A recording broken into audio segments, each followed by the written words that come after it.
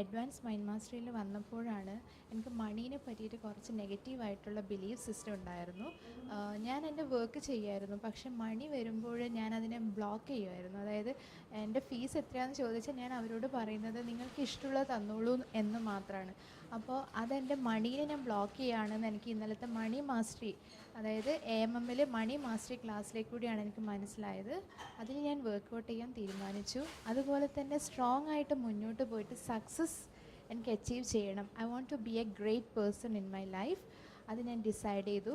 ഉറച്ച വിശ്വാസത്തോടെ ഇനി ആക്ഷൻസ് മാത്രമേ എനിക്ക് വേണ്ടൂ. അത്രയും ഞാൻ കോൺഫിഡൻ്റ് ആണ്.